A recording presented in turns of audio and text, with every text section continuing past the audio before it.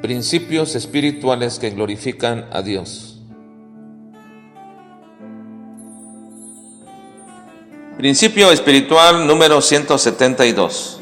Cuando estamos en aprietos, siempre debemos recordar que nuestros medios no son los medios de Dios y que Él nos libra como Él quiere y cuando quiere. Primer libro de Samuel, capítulo 13 al capítulo 15. Pensar en una vida que no tenga ninguna aflicción, ningún pesar, oposición o dolor es totalmente imposible, porque desde el mismo momento en que nacemos comienza también nuestros pesares, tal como Job lo explicaba en medio de su propia aflicción. Así que cuando nacemos a nuestra nueva vida en Cristo, suponer que todas las cosas que nos han afligido hasta ahora van a desaparecer es una quimera, que algunos equivocadamente nos transmiten como parte del Evangelio.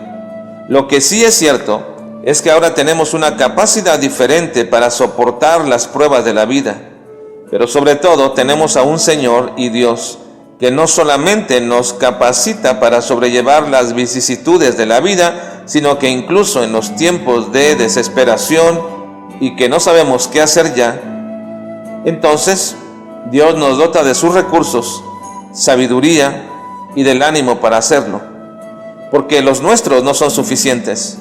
Entonces es que aprendemos que los recursos de Dios no son limitados y que sus planes son perfectos, porque en el tiempo y en la forma que Él quiere, nos sacará del aprieto y de las aflicciones que aquejan a nuestra vida. Apenas habían pasado 2 años del reinado de Saúl y se manifestó quién era en realidad él. Anteriormente habíamos visto que una de las manifestaciones de que Saúl no era un verdadero convertido de Dios, aun cuando Dios lo capacitó para la labor que iba a hacer, es el hecho de que él desechara los mandatos de Dios. En estos capítulos que estamos leyendo observamos que 2 veces, en 2 momentos muy especiales, menospreció el mandamiento de Dios.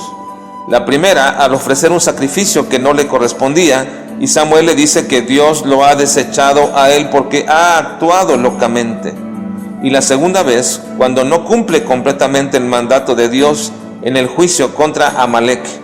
En las 2 ocasiones Samuel es reiterativo en decirle que ha tenido en poco los mandamientos de Dios, habiendo entonces desechado esos mandatos, por lo cual también Dios lo ha desechado a él. Es precisamente en medio de estos acontecimientos que se nos cuenta la historia de Jonatán, su hijo, de cómo los filisteos los estaban acechando y cómo tenían todo en su contra, porque el ejército filisteo los superaba con mucho en número. Además, el ejército de Saúl, siendo poco, tampoco tenían armas. Solamente Saúl y Jonatán tenían una espada. Así que Jonatán decide probar los recursos de Dios para liberarlos del aprieto en que se han encontrado y dice una verdad teológica acerca de Dios. Dijo pues Jonatán a su paje de armas: ven, pasemos a la guarnición de estos incircuncisos. Quizás haga algo Jehová por nosotros, pues no es difícil para Jehová salvar con muchos o con pocos.